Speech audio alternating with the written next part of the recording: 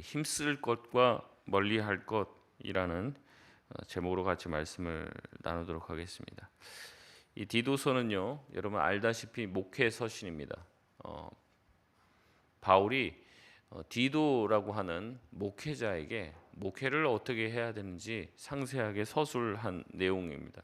그래서 디도가 있는 그레데 교회의 형편과 상황들을 고려하며 목회자 디도가 어떻게 교회를 다스리고 이끌어 나가며 또한 거기에 있는 새로운 사람들 또 중직자들을 세우는 원리에 대해서 자세히 설명을 하고 있습니다. 오늘 본문은 디도서의 마지막 부분을 담고 있습니다. 바울은 그레데에서 사역하는 이 디도에게 마지막 목회자로서의 당부를 하면서 힘써야 될 것들, 마지막으로 우리가 힘쓰고 애쓰면서 그것을 해야 될 것에 대해서 얘기하고, 또한 반대로 그가 멀리 해야 될 것들, 피해야 할 것들에 대해서 마지막으로 당부를 하고 있습니다. 도대체 무엇을 하라고 얘기하는 걸까요? 우리 8절 말씀 같이 한번 읽겠습니다. 시작. 이 말이 미쁘도다. 원하건대 너는 이 여러 것에 대하여 굳세게 말하라. 이는 하나님을 믿는 자들로 하여금 조심하여 선한 일을 힘쓰게 하려 함이라. 이것은 아름다우며 사람들에게 유익하니라. 아멘.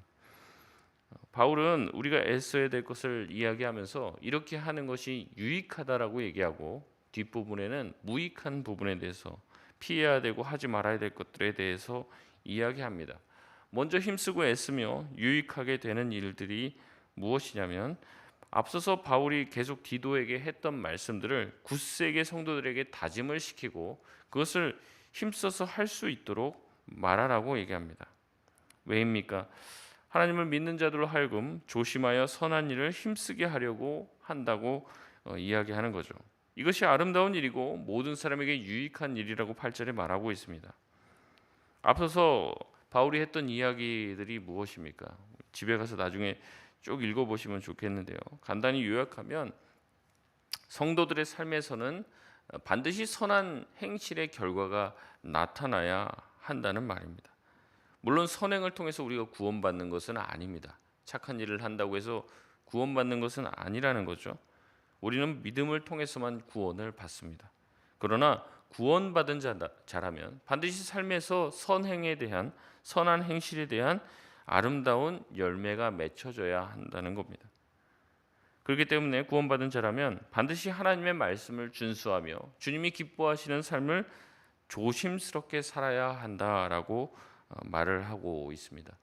무슨 일을 하든지 간에 상대를 배려하며 조심스럽게 사려 깊게 행동하라고 말합니다. 지금 눈앞에 벌어진 일들에 대해서 일희일비하지 말라는 거죠. 바로 앞에 벌어진 일이 좋은 일이에요. 그럼 막 좋아하다가 또 슬픈 일입니다. 막 바닥으로 내려가고 그러지 말라는 거죠. 짧게 보지 말고 멀리 보라는 겁니다. 근시안적으로 행동하지 말고 멀리 내다보고 행동하고 판단하고 말하라는 거죠. 그래서 지금 당장에 생겼던 어려움이 장래에는 훨씬 좋은 일이 될 수도 있다는 기대감을 가지고 너무 낙심하지 말아야 됩니다. 지금 좋은 일이 생겼다고 막 좋아할 필요도 없습니다. 이게 나중에 어그러져서 어떻게 우리에게 고통이 생기게 될지도 모르기 때문에 그런 것이죠. 그래서 8절에는 이렇게 말합니다. 조심하여 라고 말합니다. 조심하여 선한 일에 열심히 하게 하라. 왜 이런 말을 했을까요? 이 조심하여라는 단어는요, 원어에 보면 신중함이라는 단어의 뜻을 내포하고 있습니다. 성도들이 선한 일을 할 때는요, 그냥 하고 마음이 가는 대로만 해서는 안 된다는 거죠. 모든 일을 할 때 신중하게 판단하고 생각해야 한다는 겁니다. 신중할 때 그 선한 일이 의도대로 실현됩니다. 신중하지 않으면 아무리 선한 의도를 가지고 그 일을 한다 하든 그 결과가 좋지 않게 이어질 수도 있기 때문에 그렇습니다. 그래서 항상 이 선한 일은 신중함과 조심함이 뒤따라야 합니다. 그래야지 균형 잡힌 선행이 될 수 있고 그 선행이 진정으로 아름답고 많은 사람에게 유익이 되게 된다는 거죠. 조심하게 선한 일을 힘쓰는 것이 성도가 해야 되는 일이라고 얘기합니다. 성급하게 이거 하면 좋겠네 하고 일을 저지르지 말라는 겁니다. 그것이 진정으로 유익할 수 있는 방법. 혹시 내가 이렇게 선한 일이라고 막 하다가 좌충우돌하고 오히려 분란이 생기지는 않을까를 사려 깊게 행동하고 판단해야 한다고 목회자에게 권면하는 것입니다. 두 번째로 성도가 피해야 하는 것도 있죠. 9절 말씀입니다. 9절 말씀 우리 같이 읽겠습니다. 시작.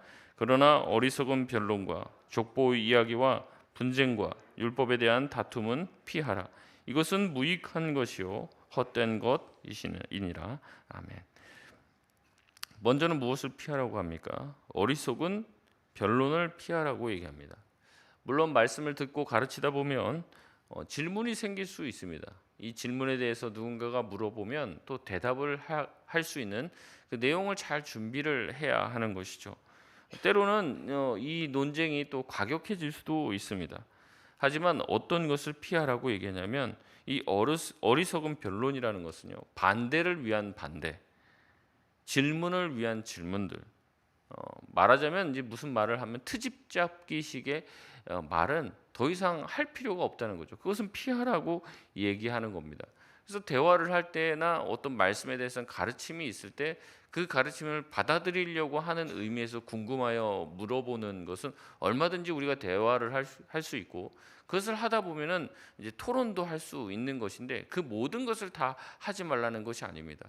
말도 안 되는 얘기들, 막 트집 잡기식에 뭐 왜 그렇게 뭐 말을 하냐 뭐 이러면서 괜히 에너지를 소모하는 일에 매달리지 말라는 거죠. 이 모든 일이 무익하다라고 말을 하고 있습니다. 그 다음 무엇입니까? 족보 이야기를 피하라고 이야기하고 헛된 것이라고 말합니다. 이 족보 이야기는요, 아마 유대인들에게 해당됐던 말이었던 것 같아요. 당시 구약의 족보에 근거한 말도 안 되는 그들이 만든 이 허황된 이야기들이 많이 있었어요. 흔히 이런 것들 있지 않습니까? 역사를 보면은 쭉 역사가 흘러오는데 거기에 보면 야사라는 게 있습니다. 야사. 예. 그래서 뭐 그 어떤 정사가 아니죠. 뭐 이렇게 모든 사람들에게 공인받은 역사가 아니라 거기에 뭐 이제 곁다리로 나와 있는 뭐 누가 이렇다더라 저렇다더라 하는 그런 야사. 그걸 더 사람들이 좋아합니다. 그래서 거기에 현혹되는 경우가 많이 있는 거죠. 그래서 성경에 언급하는 내용이 아니라 성경에서 그냥 스치듯이 지나가는 내용을 크게 부풀려서 굉장히 중요한 것처럼 여기고 이야기를 하는 겁니다. 성경에서도 지금도 마찬가지죠. 성경에서 슬쩍 지나가는 이야기들을 크게 부풀려서 마치 여기에 무슨 대단한 비밀이 있는 양 이야기하는 사람들이 있습니다. 그리고 그것을 좋아하고 그런 얘기만 하면 이제 귀가 번뜩여 갖고 그쪽으로 이제 쭉 막 나가는 사람들이 있어요. 여러분, 성경에 중심적으로 말씀하는 그 내용이 아닌 그 곁다리에 있는 것들은요, 여러분 크게 신경 쓸 필요가 없는 겁니다. 그게 정말 중요한 일이라면 성경에서 아마 자세히 설명을 했을 것입니다. 그런데 의외로 많은 분들이 성경의 중심과 핵심 메시지에는 관심이 없고 성경의 그 곁다리로 이렇게 나가는 부분에 대해서 이상한 호기심을 가지고 파고드는 경우가 있습니다. 그런 사람들을 혼미하게 하기 위해서 얼마나 많은 거짓 선지자들이 나오는지 몰라요. 복음서가 있잖아요. 마태, 마가, 누가, 요한. 복음서가 4개나 있습니다. 이게 4권으로 부족합니까? 근데 또 어떤 사람이 나와갖고 뭐 도마복음이다, 유다복음이다, 뭐 거기에 또 귀가 야 그런 복음서가 있어 막 그러면서 또 그거 막 찾아 들어가는 거예요. 막 말도 안 되는 얘기들을 하는 거죠. 여러분, 왜 복음서가 4복음서만 있겠습니까? 4복음서로 충분하기 때문에 4복음서만 있는 거예요. 물론 그 당시에도 이제 다른 누구 복음 있었습니다. 뭐 도마복음이나 유다복음. 근데 정말 도마가 썼냐, 유다가 썼냐, 이것도 불분명해요. 그리고 그 내용도 성경의 기본적인 내용과 맞지 않습니다. 그래서 교회의 역사 속에 이거는 하나님의 말씀이 아니다고 이미 제외되고 배격된 겁니다. 근데 어디서 그걸 끄집어 와갖고 그게 진짜 성경의 말씀인 것처럼 막 얘기를 하고 강의도 해요. 수많은 사람들이, 교회 다닌다는 사람들이 그거 사복음서 내용도 모르면서 그거 막 연구하고 그거 파고 있단 말이죠.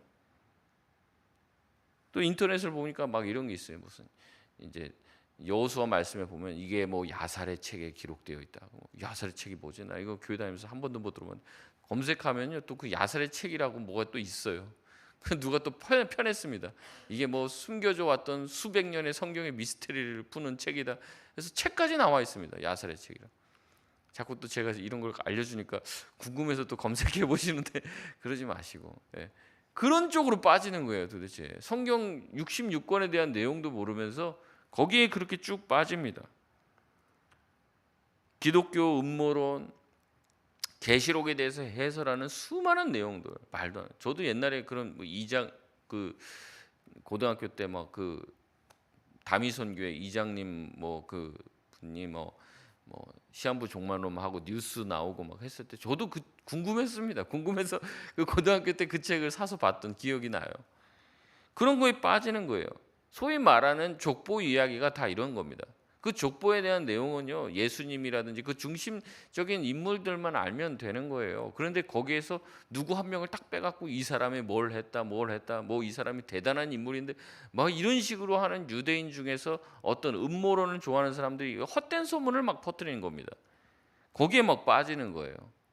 뭐 다빈치 코드 뭐 이래갖고 예수님이 사실은 마리아와 통정을 해갖고 그 예수님의 자식이 또 있는데 뭐 이런 얘기하면 또 호기심이 막 쏘여. 그 로마 교황 쪽에서 그 자식들을 보호하고 있다 뭐 이런 얘기하면 야 그 정말 예수님의 자식들 그 어디 또 산다며 막 이러면서 거기에 빠져갖고 또 있고 뭐 이런 사람들이 많이 있는 거예요.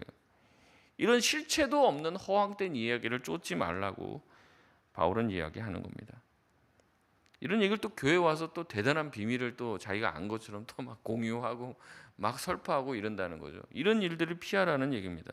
그게 이제 이미 그 말이 맞냐 안 맞냐 이렇게 하면서 뭐 헛된 시간들을 보내는 거예요. 이러지 말라는 거죠. 또 분쟁을 피하라고 얘기합니다. 율법에 대한 다툼을 피하라고 얘기하죠. 유대인들 중에서는 율법에 목숨 거는 사람들이 있습니다. 그러니까 이 사람들과 율법에 대해서 잘못 말하게 되면은 정말 이 사람들은 이제 격분하게 되는 거죠. 그래서 이제 율법이 아니라 율법을 준수하는 것이 아니라 믿음을 통해서 구원받는다라는 것을 이야기해도 이 사람들은 발끈하는 거예요. 막 아주 난리가 나는 겁니다. 그래서 이 일에 대해서 막 다투고 이렇게 하지 말라는 거죠. 유대인들과 괜히 이런 문제를 가지고 논쟁할 필요가 없다는 겁니다. 왜냐하면 이 사람들은 아무리 논쟁을 해도 율법 준수에 대해서 자기가 가지고 있는 그 생각을 꺾을 마음이 없습니다. 그러니까 이 사람들과 괜히 논쟁하면서 에너지를 소비하지 말라는 겁니다. 이런 모든 것들은 9절 마지막에 뭐라고 얘기해요? 이것은 무익한 것이고 헛된 것이라는 거죠. 그러니까 해봤자 남는 게 없습니다. 뒤에 이단에 대해서도 나오지만 마찬가지입니다. 이단이랑 이렇게 논쟁할 수도 있죠. 근데 해서 저와 여러분이 논쟁에서 이긴다 한들 또 그 사람들이 이제 아주 그 치밀하게 교육을 받아요. 근데 우리도 이제 반증 교육이라는 게 있습니다. 반증 교육을 받아요. 그래서 같이 서로 대화를 해서 저희가 이겼다고 칩시다. 예. 우리가 이겼어요. 그 사람을 이겼어요. 논쟁에서. 그러면 제가 죄송합니다. 졌네요. 제가 다음 주부터는 송파동교회 나오겠습니다. 이렇게 되냐 이거죠.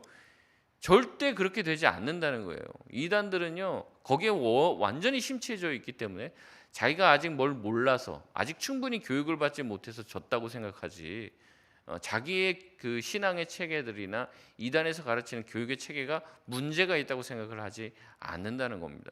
그래서 이런 사람들과 논쟁할 필요가 없다고 얘기하죠. 그런 일에 대해서 바울은 목회자 디도에게 피하라고 이야기합니다. 이것과 같이 맞서 싸울 필요가 없다는 거죠. 목회하고 복음 전하는데도 에너지 쓰기가 힘든데 왜 이런 무익한 일에 에너지를 쓰냐? 다 무익하고 헛되다라고 말합니다. 앞서 바울은 선한 일에는 힘쓰라고 얘기하지만 이런 무익한 일이라고 판단되는 것은 피하라고 얘기합니다. 또 어떤 사람을 멀리하라고 얘기합니까? 10절 말씀에 이단에 속한 사람을 멀리하라고 말합니다. 여기서 이단이라고 번역된 단어는요. 직역하면은 분열을 일으키는 사람입니다. 분열을 일으키는 사람. 다시 말해 교회 안에서 이 이단들이 분열을 일으키죠. 그렇기 때문에 이 이단이라고 번역할 수도 있습니다. 그러나 그 핵심적인 내용은 교회 안에 분열과 분란을 가지고 오는 사람입니다. 이런 사람 또 한두 번 훈계는 해야 되죠. 훈계를 하는 이유는 뭐냐면 그를 돌이키게 하기 위해서 훈계하는 것입니다. 근데 한두 번 훈계했는데도 말을 듣지 않아요. 이 훈계라는 단어 또한 뭐냐면 심각하게 충고를 하는 것이다. 결과가 어떻게 될지 당신이 그런 행동을 계속 교회 내에서 하면 어떠한 결과가 초래될 것인지 아주 심각하게 공적으로 목회자가 경고해야 한다는 거죠. 근데 그 사람이 하는 행동이나 말이 바뀌지를 않아요.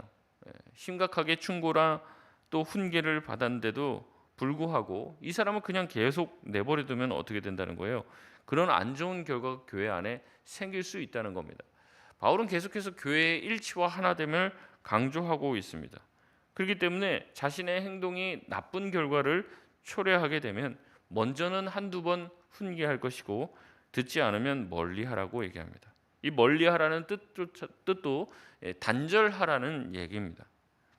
이는 목회자 바울이 목회자 디도에게 하는 말이에요. 바울은 목회자가 훈계를 하고 그렇지 않아도 받아주라고 얘기하지 않습니다. 훈계에 대해서 한두 번 한 훈계에 대해서 그가 바르게 반응을 하고 그가 회개하고 자신의 태도를 고친다면 그 사람은 얼마든지 주님의 공동체 안에 있을 수 있고 받아들이라고 얘기합니다. 그러나 여러 번 훈계해도 듣지 않고 고치지 않는 그런 사람들은 멀리하라고 말하는 것이죠. 11절에 말합니다. 이런 사람은 내가 아는 바와 같이 스스로 정죄한 자로 죄를 계속 쌓는 사람이라고 얘기합니다. 이렇게 몇 번 훈계를 하고 바른 교훈을 가르쳐줘도 듣지 않고 결국에는 그 사람과 교회가 단절해야 되는 이유는 11절에 보면 너도 이미 아는 바다 해봤자 소용이 없기 때문에 그렇다는 거죠. 그 사람의 내면이 아주 깊이 부패했기 때문에 스스로 하는 것은 죄만 짓고 스스로 죄만 쌓는 짓을 하기 때문에 개선의 여지가 없기 때문에 그 사람은 오히려 공동체 안에 가지고 있는 것이 함께 하는 것이 더 어려움을 낳게 된다고 이야기합니다. 이것이 피해야 될 일인 것이죠. 12절에서 15절 말씀은 디도서의 마지막 맺은 말입니다. 12절에 바울은 아데마나 두기고 둘 중에 하나를 디도의 후임자로 보내겠다고 말합니다. 그들 중 하나가 가면 디도는 그들에게 사역의 그레데 교회의 사역을 맡기고 바울과 함께 니고볼리에서 만나자고 이야기하죠.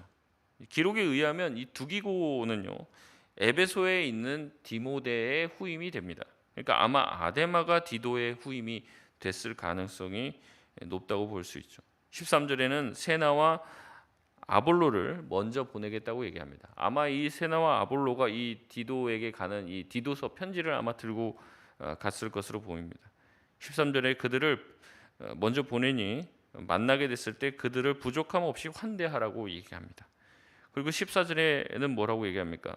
우리 사람들도 열매 없는 자가 되지 않게 하기 위하여. 이 우리 사람들이 누구냐면 그레데 성도를 말합니다.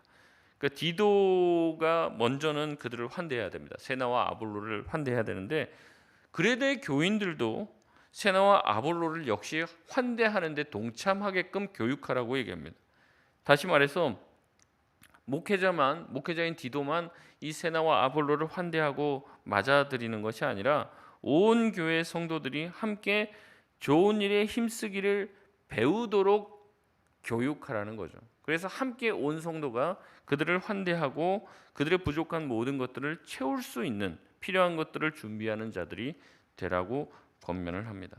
15절은 마지막으로 바울의 문안 인사로 편지가 마쳐지게 됩니다. 말씀을 맺겠습니다. 우리가 해야 될 일이 있다면 바울은 그것은 좋은 일, 선한 일을 힘써 하라고 합니다.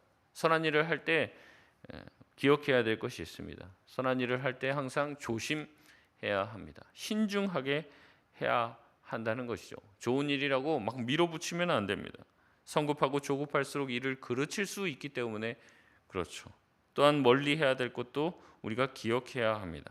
우리의 시간과 에너지를 무익한 일에 낭비해서는 안 된다고 말하는 것이죠. 우리가 이를 기억해야 될 줄 압니다. 교회에서 어떤 일을 결정하거나 우리가 어떤 일을 할 때에도 이것이 정말로 교회에 유익이 되고 하나님이 기뻐하시는 일인지 아니면 무익한 일인지를 잘 분별하여 지혜로운 결정들을 하며 하나님의 선한 뜻을 이루어 나갈 수 있는 우리 모든 성도님들 다 되시길 주의 이름으로 소원합니다. 우리 같이